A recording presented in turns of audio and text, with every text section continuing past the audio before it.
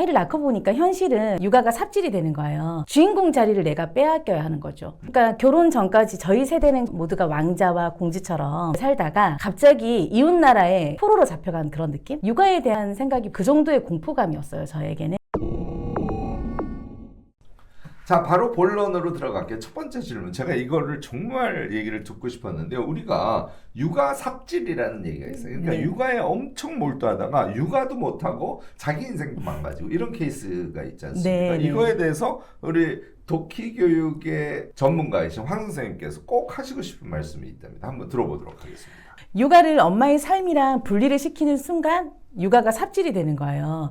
하지만 육아를 그냥 내 인생의 일부분이다라고 받아들이면 삽질이 아닌 최고의 자기 개발이 될 수도 있습니다. 그러면 육아가 조금 의미 있어지고 보다 재미있어지는 거죠.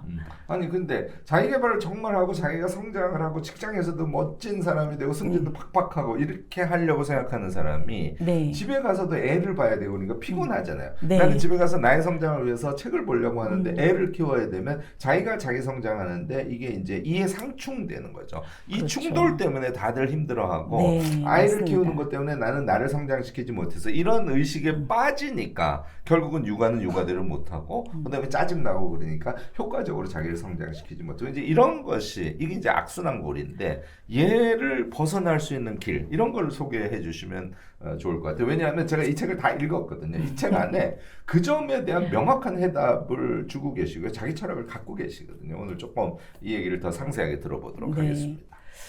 여기서부터 풀어가면 좋을 것 같아요. 우리가 너무나도 사랑하는 사람이랑 결혼을 했고 그리고 원해서 아이를 낳았는데 아이를 낳고 보니까 현실은 주인공 자리를 내가 빼앗겨야 하는 거죠.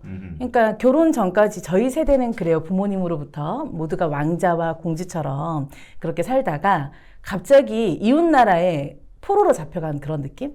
육아에 대한 생각이 보통은 좀 그 정도의 공포감이었어요, 저에게는. 하지만 아이를 또 우리가 너무나도 사랑하잖아요. 그렇기 때문에 이거를 분리해서 생각하지 않고 아이를 키우는 그 과정 자체를 자기 개발 과정으로 가지고 온다라면 이 과정을 통해서 한 10년 후, 20년 후에는 나 혼자였다면 가질 수 없었던 능력들이 생기는 거죠. 육아를 통해서 역량이 점점 커진다고 생각을 하면 덜 억울해질 것 같아요. 그래서 이 책 제목이 윈윈 그러니까 나도 성장하고 네.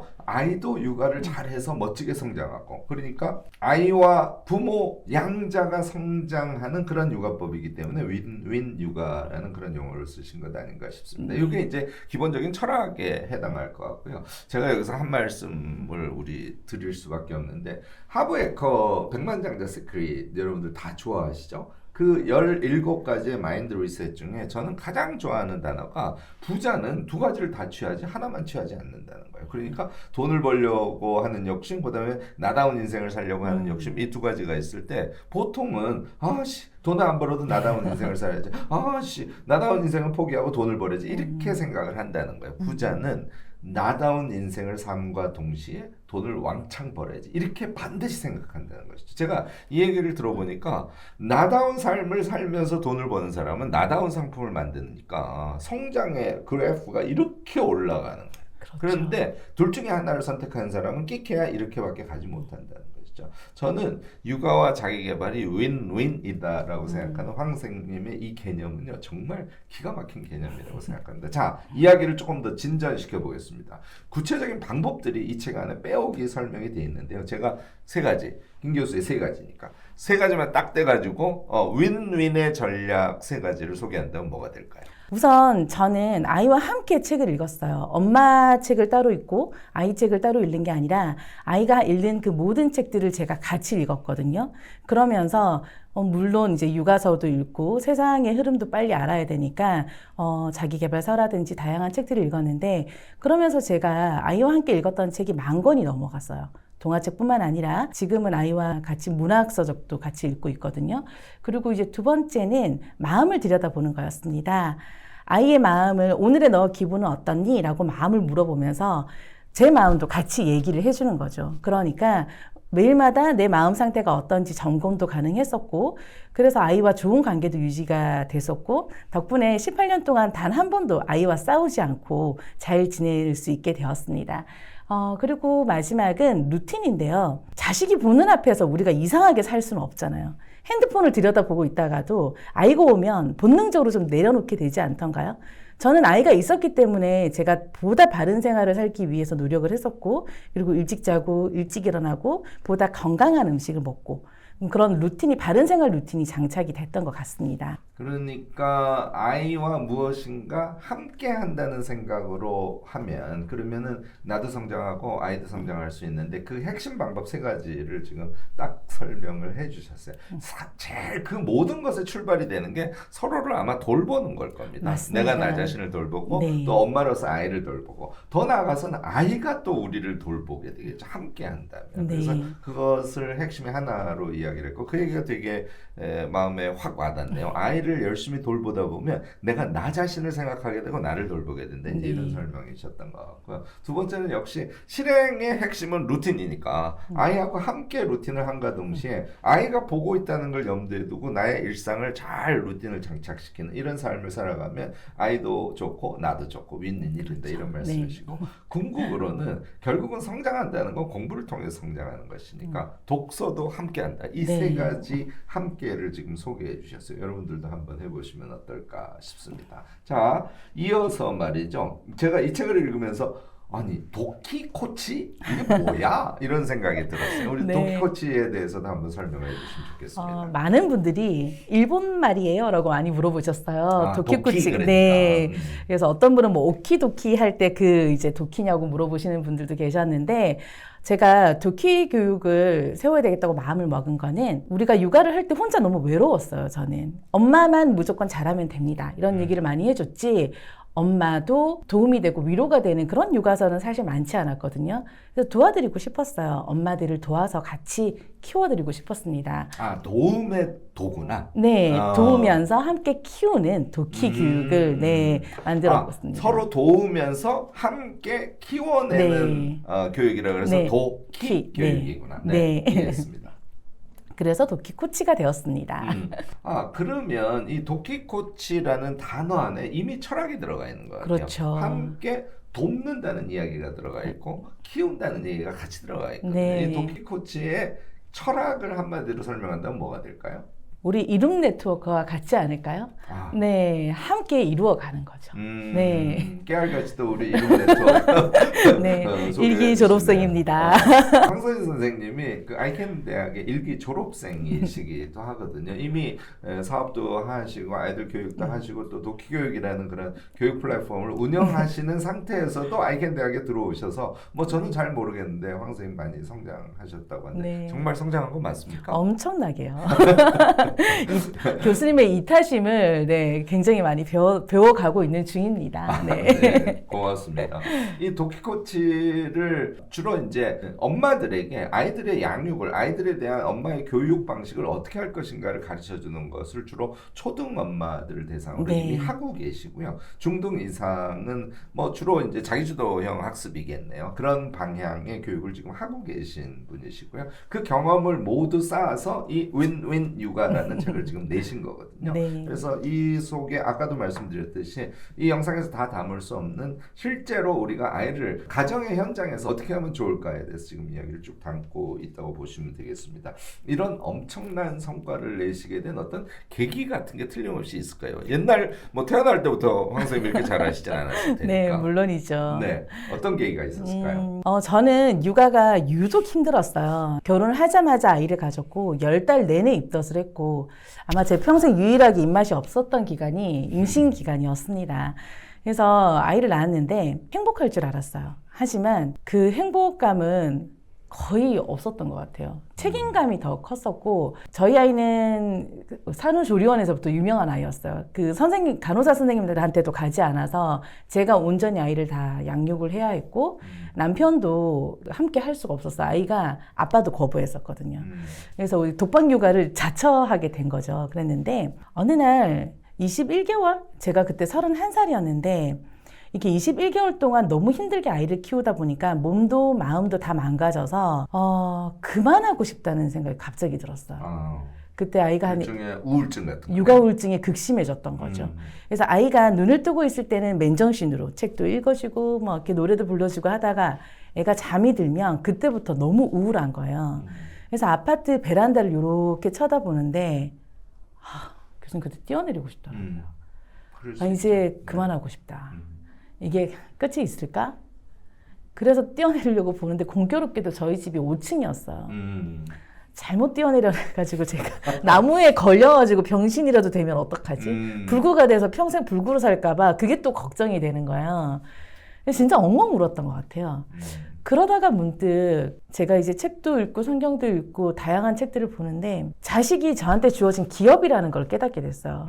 그 시편 말씀이었는데 자녀는 여호와의 주신 기업이요 그 열매는 상급이로다라는 시편 말씀이 제 가슴에 탁 와닿았어요. 그래서 자식이 기업이라고 생각을 하니까 우리나라에 왜 이렇게 기업가들이 굉장히 많으시잖아요. 근데 그 기업가들을 한 분 한 분 떠올려 보니까 그 왕관의 무게가 너무 이렇게 무거워가지고 다들 어깨에 이렇게 짓눌려서 계신 분들이 떠오르더라고요. 그래서 내가 지금부터 이제 CEO의 마인드로 키워야 되겠구나. 이거는 육아가 힘들다라는 거를 제가 그대로 온전히 수용하게 된 계기가 된 것 같아요. 육아가 안 힘들 수가 없죠. 기업을 키우는 건데. 네. 그래서 기업을 키우듯이 육아를 대하는 태도를 그 무게감을 그대로 네. 수용한 채로 육아를 하게 되면 이제 좋은 결과가 올 것인데 그 결과라는 것은 상급, 그러니까 우리의 삶의 상으로 돌아올 것이다. 이제 네. 이런 성경의 말씀을 지금 인용을 해주신 것 네. 같은데요. 이것이 일종의 이 단어들, 그러니까 선생님께서 새로운 깨달음을 얻게 된 단어들 안에 일종의 육아 철학 같은 게 들어 있는 것 같아요. 네. 네, 그런 철학에 대해서도 조금 이야기를 추가해서 들어보도록 하겠습니다. 육아 철학이라고 하면 좀 거창하고요. 저는 그때 교육관을 세워야 되겠다는 생각을 했어요.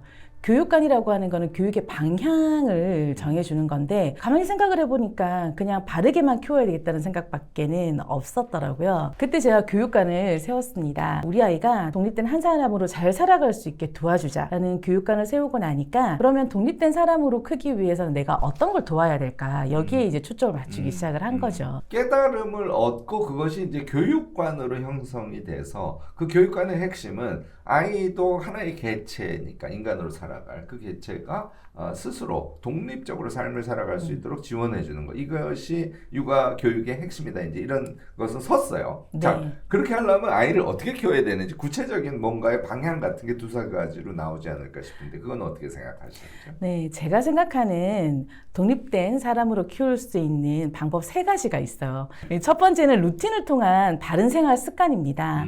네, 그리고 두 번째는 부모와의 관계를 통한 사회 정서 능력이고요. 그리고 세 번째는 아이들이 학업을 무리 없이 따라갈 수 있도록 하는 학업 능력이었어요. 이 3가지를 잘 키워주면 되겠다고 생각을 하니까 아이의 해당 나이에 맞게 필요한 게 뭔지를 찾게 되었고 그 방법을 하나씩 찾아갈 수 있게 되었어요. 예를 들어서 바른 생활 같으면 역시 루틴 같은 게 그렇죠. 습관이 돼서 익숙해지는 게 이게 엄청 중요하겠네요. 네, 엄청 중요하죠. 한 가지 예를 들자면 저는 중학교 때까지는 저희 아이들을 밤 10시에 재웠어요. 아이들은 잠자는 게 굉장히 중요하거든요. 이게 성장 호르몬과 성 호르몬의 밸런스가 잘 맞아야지 건강하게 자랄 수 있기 때문이기도 하지만 우리 아이들 밤에 뭐 합니까? 엄마가 잘 자라고 인사하고 나면 다들 핸드폰 꺼내서 보잖아요. 그래서 핸드폰 보지 않고 잠을 잘 수 있도록 도와주는 그런 루틴이라든지 아니면 건강한 먹거리를 먹게 한다든지 그런 루틴을 잡는 것에 좀 신경을 많이 썼습니다. 가장 기본이 되는 루틴이긴 하지만 어찌 보면 우리 일상생활에서 제일 어려운 네. 것이기도 하죠. 아마 밤에 일찍 자는 루틴 하나 가지고는 루틴이 안 잡혔을 거고요. 다른 또 긍정적인 루틴 같은 것들을 아이들이 만들고 그런 루틴들의 힘의 합력에 의해서 심지어는 핸드폰을 밤에는 보지 않고 잠을 잘 수 있는 그런 루틴들이 만들어졌을 것 같고요. 이 기본 루틴이 되고 나면 실행력이라는 게 높아지니까 아까 말씀하신 학업 능력을 키우는 것도 자동으로 잘 되어가는 그런 경험이시겠네요. 그렇죠. 루틴 안에 이제 예습과 복습을 하는 그런 것도 들어갔고요. 독서 습관도 들어갔고요. 그리고 부모와 함께 이제 밥을 먹으면서 밥상머리 대화라고 하는 그런 대화도 나누었고 매일마다 오늘의 마음이 어떤지 물어보는 마음 이름표처럼 그렇게 일상생활에서 아이가 필요한 능력들을 제가 하나씩 그냥 스며들게 제가 만들어 준 것 같아요. 마음 이름표라는 용어는 용어 자체로 엄청 예쁘네요. 네. 이 책에 마음 이름표 붙여주기 같은 구체적인 방법들을 아마 소개를 하고 계실 텐데요. 여러분들 지금 오늘 우리가 다루고 있는 이런 류의 이야기들의 아주 구체적인 신뢰들 그리고 구체적 방법들 얘가 첫 번째, 두 번째, 세 번째, 네 번째 이런 방식으로 아주 깨알같이 소개가 돼 있거든요. 제가 반복해서 말씀드립니다만 이거는 일독하시면서요. 메모하시고 자신의 방법으로 정착해서 가정 안에서 실천을 해봐도 정말 좋을 만한 그런 내용이라고 저는 생각합니다. 자, 이어서요. 제가 이 도끼교육의 방법에서도 그렇고 이 책에서도 그런데 아이를 이렇게 교육하면 됩니다라는 교육을 부모를 대상으로 하는 것을 아주 중시하는 네. 분이세요. 이 황생님은. 그러니까 어찌 보면 육아를 위한 부모 교육 영역의 전문가다 이렇게 얘기할 수 있는데 이렇게 생각하게 된 계기 같은 게 있으실 것 같아요. 한국의 어떤 현상들을 보고 부모 교육이 우선이다라고 생각을 하게 되셨는지요? 일단은 제가 23살부터 학원을 운영을 해서 저희 제자들이 벌써 30대 중후반의 나이가 되었어요. 그런데 부모님들이 굉장히 아이의 학업 능력을 중요하게 생각을 해서 공부하는 데 돈을 많이 투자를 했는데 학원으로 내모는 거죠. 그렇죠. 그렇죠. 진짜 애들이 밥도 왜 편의점에서 이렇게 먹어가면서 그렇게 공부를 열심히 했는데 사회에 나와서 우리 아이들이 자라는 모습들을 봤을 때 행복하지가 않더라는 거죠, 삶이. 그래서 저는 사실 제자들한테 지금도 전화가 오는데 좀 무서워요. 전화가 올 때 제일 무서운 단어는 선생님, 이제 그만 살고 싶어요. 이런 좀 극단적인 얘기를 할 때도 있고, 그리고 선생님 이혼했어요. 이런 얘기를 할 때마다 얘들이 어디에서 그런 문제가 있었을까? 다들 엘리트들이에요, 아이들이. 그랬을 때 학업에만 너무 내몰려서 기본적인 생활 습관을 부모와 가져야 되는 그런 행복감을 아이들이 누리지 못했기 때문이구나라는 걸 알게 된 거죠.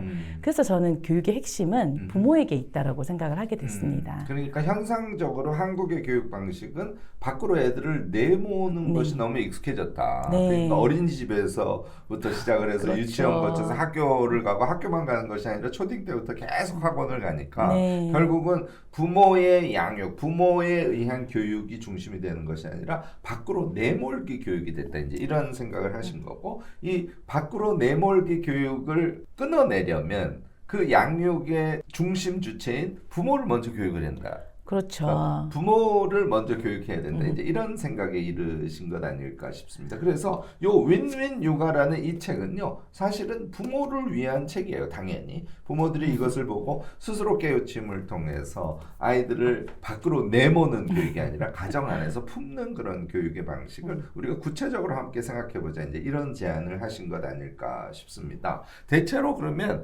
언제까지가 가장 핵심이 되는 기간일까요? 아이들을 양육한다고 할 때. 저는 만 10세라고 말씀을 드리고 싶습니다. 만 10세면 네. 어떻게 되죠? 초등학교? 4학년이요. 4학년이요. 요거는 아이들을 키워본 엄마들이 다들 좀 공감을 하실 건데요.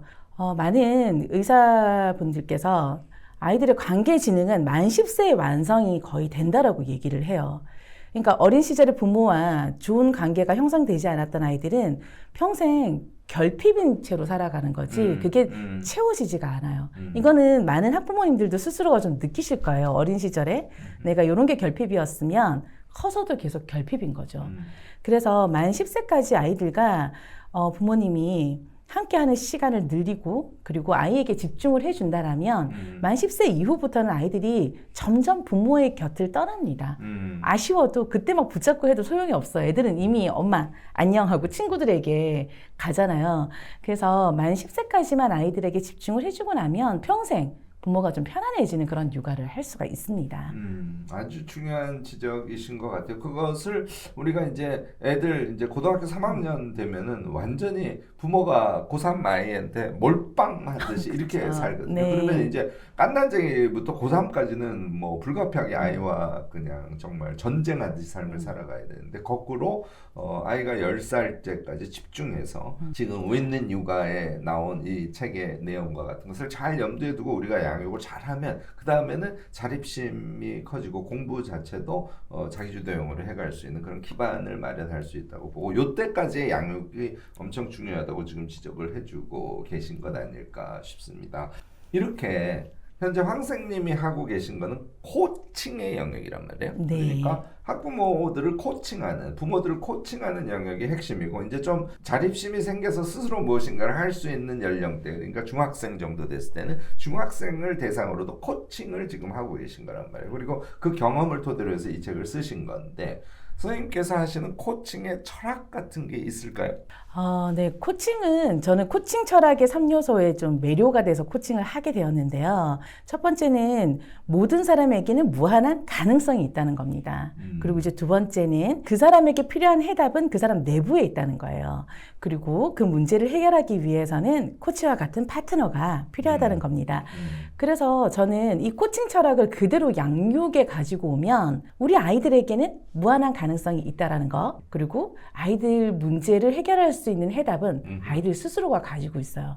그러면 그 해답을 찾기 위해서는 파트너인 부모가 필요하다는 거죠. 이렇게 부모가 도우면서 협력하는 역할을 하면, 가르친다고 생각을 하면 굉장히 좀 뭔가 부모가 답답하고 책임감을 느끼지만, 도우면서 협력한다고 생각을 하면 서로가 같이 윈윈 할 수 있는 거죠. 네. 거기에서 이제 윈윈이 나오네요. 사실 우리가 특히 이제 우리의 인생을 좀 그래도 어느 정도는 멋지게 꾸려가고 싶은 그런 욕망을 가질수록 그럼요. 아이를 키우는 게 희생이라는 생각을 하기 마련이에요. 일종의 양육 희생론 같은 것인데, 지금 윈윈 육아라는 이 책은 양육 희생론이 실질적으로는 아주 좋지 않은 악순환 고리를 타는 그런 지름길이다, 이제 이렇게 보시고, 양육 희생론을 지금 부정하고 계신 논리를 피고 계신 거거든요. 네. 양육 희생론에 대체하는 철학이 무엇이라고 생각하시는지 이 얘기도 우리 황 선생님께 한번 들어보도록 하겠습니다.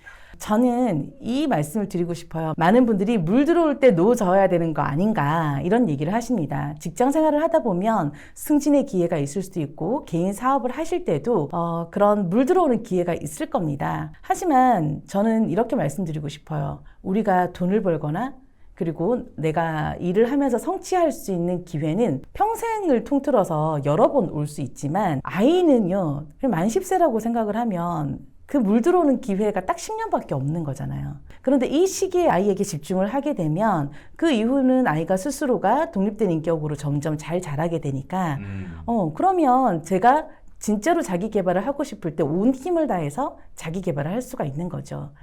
그렇기 때문에 아이에게 집중하는 그 시간이 절대로 헛되거나 억울한 시간이 아니라는 거죠. 사실 제가 이제 말을 좀 아끼고 있다가 제 경험도 말씀을 드리면, 제가 유학할 때 이제 큰애가 나왔지 않습니까? 제가 하도 애를 이뻐하고 많이 안아서 여기 팔에 가래토시가 설 정도로 그렇게 애를 좋아하고 했는데요. 제가 썼던 기법이랄까, 제가 깨달았던 너무너무나 쉬운 방법인데, 아이를 안아주고 얼러주고 하는 것이 제가 쉬는 시간이에요. 아이를 안아주고 눈을 맞추고 계속하면서 네. 내가 공부했던 걸 떠올리기도 하고, 내가 아이를 눕혀놓고, 긴 시간이 아니죠. 2시간 공부할 수 있으면 좋겠는데 그건 불가능하니까 30분 공부하고 또 아이를 얼르고 5분 있고, 이제 이런 패턴이 계속되니까 심지어는 지루하지도 않은 거예요. 와. 그래서 그리고 뭐 조금 더 자랑을 하면, 저는 유학하면서 수업에 유모차에 아이를 태우고 세미나에 같이 데리고 가서 와. 거기서 애가 울면 아이의 양육은 사회적 책임이니까 네. 이 세미나에 참여하는 모든 구성원들은 울음소리가 싫으면 가가지고 네가 얼러 이렇게 이러면서 네. 제가 유학생활을 했던 기억이 납니다. 사실 지금 황 선생님 말씀하시는, 저는 오늘 메시지에서 가장 중요한 것은 자기를 성장시키는 것과 아이를 양육하는 것이 절대로 그것이 상호 대립하지 않는다. 우리가 루틴을 잘 만들고 방법을 개발하고 또 생각의 방식을 바꾸면 아이를 잘 양육하면서 또 우리 성장을 같이 키워갈 수 있다. 절대로 빠져서는 안 되는 것은, 나는 이 아이를 키우느라고 내가 너무 정신이 없고 육체적으로 피로하고 하기 때문에 나의 성장을 나는 달성할 수 없었어, 또는 현재 그것을 하지 못해 라는, 아까 말씀드린 일종의 양육 희생론으로부터 빨리 벗어나는 게 핵심입니다. 이 얘기하고요. 이것을 가능하게 하려면 우리가 몇 가지 오늘 핵심적인 것들을 쭉 소개를 했고 이 책 안에 디테일들이 들어가 있는데 그것을 몸에 착 붙여서 실행하는 것이 핵심입니다 하는 얘기를 지금 계속 반복해서 해주시고 있습니다. 저는 오늘 이 얘기가 왜 책 제목이 윈윈인가 하고 생각을 했어요. 자기 성장과 아이의 정서적으로 안정됨과 동시에 능력 있는 아이로 또 타인에 의존하지 않고 자기 스스로의 힘으로 성장할 수 있는 그런 아이로 만든 양쪽이 다 부모와 아이가 윈윈 할 수 있는 구체적 양육 방식을 이 책을 통해서 소개를 하고 있다는 걸 책을 읽으면서 또 오늘 대화를 하면서 제가 느낄 수 있었고요. 제가 마지막에 얘기를 조금 길게 했습니다만 한 가지 이거는 시청자 여러분들이 모두 궁금해하실 것 같아서 자 그러면 사교육은 해야 됩니까? 하면 안 됩니까? 이 직접적인 네. 질문 같은 걸 해봐야 돼요. 네, 맞습니다. 저에게 그러면 코치님은 아이들을 사교육을 하지 않고 키우셨나요? 라고 많은 분들이 질문을 하는데요. 저는 사교육 전문가입니다. 네, 사교육 전문가. 젊을 때부터 학원을 하셨습니다. 그럼요. 사교육을 사랑합니다. 저는 공교육에서 다 해줄 수 없는 것은 공교육은 눈높이 교육을 해줄 수가 없어요. 네, 그냥 평균에 맞추어서 아이들을 가르치거든요. 제가 하고 있는 코칭은 온리원 맘스 코칭이에요. 온리원인 아이를 키우기 위한 온리원의 엄마인 거죠. 그렇다면 이 눈높이 교육을 할 수 있는 사람은 엄마밖에 없습니다. 그런데 엄마가 우리가 뭐 모든 걸 다 알아서 해주면 되지만 시간도 부족하고 방법도 잘 모르잖아요. 그럴 때는 이제 사교육을 맡겨야 되는 거죠. 제가 한 가지 당부드리고 싶은 것은 아이가 못하는 전부를 다 사교육에 맡기기 시작하면 아이가 시간이 없어지고 스스로가 무언가를 할 수 있는, 익힐 수 있는 시간을 가질 수가 없습니다. 그렇기 때문에 부족한 것을 채우기 위해서 가는 것도 괜찮지만 저는 아이가 잘하는 것을 오히려 사교육을 시켜라고 말씀을 드리고 싶어요. 잘하는 것을 더 잘하는 그 경험을 통해서 아이들은 최고의 어떤 정점을 찍어보는 거죠. 이 경험을 했던 아이들은 다른 과목도 그렇게 정점을 찍는 방법을 스스로가 익혀가기 때문에 똑같이 적용해서 평균 점수가 올라갈 수가 있는 거죠. 네, 그래서 그리고 한 가지 더 말씀드리고 싶은 거는 사교육을 시킬 때 제발 상담을 좀 가시라는 거예요. 우리가 주식 투자할 때 매달 몇십만 원씩 따박따박 넣어도 그 주식에 대해서 관심을 엄청 많이 가지잖아요. 그런데 희한하게 교수님, 학원을 한 번 보내고 나면 엄마들이요. 잊어버려요. 상담도 안 가고 오로지 점수만 바라보고 있어요. 성적 잘 나오면 계속 보내고 성적이 안 나오면 학원을 옮기고 그게 아니라는 거죠. 학원을 믿고 맡겼으면 선생님하고 긴밀하게 유대관계를 형성하고 우리 아이에게 지금 부족한 게 어떤 건지 물어보고 정서적으로 부족한 거는 부모가 채워주고 그리고 성적에 관한 거는 학원 선생님이 채워줄 수 있도록 학원 선생님한테 계속해서 부탁을 드리고 알아가는 거죠. 그래서 저는 사교육을 현명하게 잘 활용하실 것을 권합니다.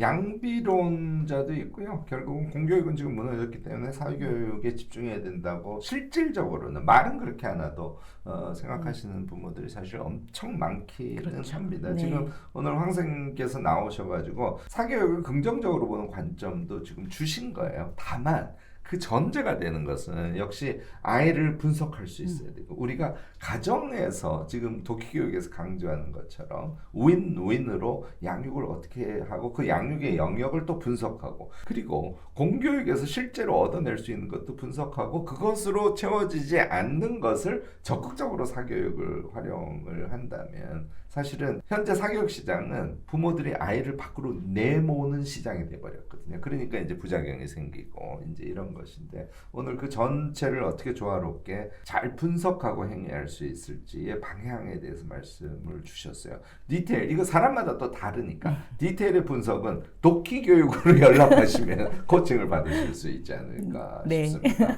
대체로 이야기 마무리하려고 하는데요. 이렇게 얘기하다 보면 이 얘기는 하고 싶었는데 하고 남은 이야기가 있을 것 같아서 혹시 그런 얘기가 있으면 또 소개를 해주시면 감사하겠습니다. 네, 남은 얘기가 있습니다. 또 떠오르네요. 요즘 공교육이 많이 무너져서 학부모님들이 굉장히 많이 불안하실 겁니다. 저는 이 사태가 왜 일어났을까를 생각하면 괜찮은 학부모가 만약에 10명이 있다면 조금 우리가 불편한 학부모 2명 때문에 많은 선생님들이 힘들어 하시는 거거든요. 이거를 역으로 얘기를 하면 우리 아이가 함께 하는 교실에 우리가 요즘 금쪽이라고 부르죠. 금쪽이 같은 아이들이 한두 명이 있으면 반 전체가 굉장히 불편해집니다. 아마도 여기 계신 많은 학부모님들도 내 아이가 금쪽이가 될까 봐 굉장히 많이 불안하실 거예요. 그래서 금쪽이를 예방하고 싶으시다면, 우리 아이를 금쪽이와 같은 아이로 키우기 쉽지 않으시다면 부모님이 윈윈 육아를 읽으시고 적극적으로 우리 아이와 함께 행복한 육아를 할 수 있는 방법을 익히시기를 바랍니다. 네, 고맙습니다. 뭐 제가 표현이 좀 죄송스러운 표현이지만 어떻게 말씀도 그렇게 또박또박 예쁘게 잘 하시는지. 네, 오늘 윈윈 육아의 저자이신 황선희 선생님 모시고 육아와 관련된 조금 전문적이면서도요. 그리고 어떤 방향성 그리고 구체적인 팁 같은 것들 포함한 이야기를 나눠봤습니다. 끝까지 영상 봐주신 여러분들께 감사드리고요. 이것으로 인사하도록 하겠습니다. 여러분들 감사합니다.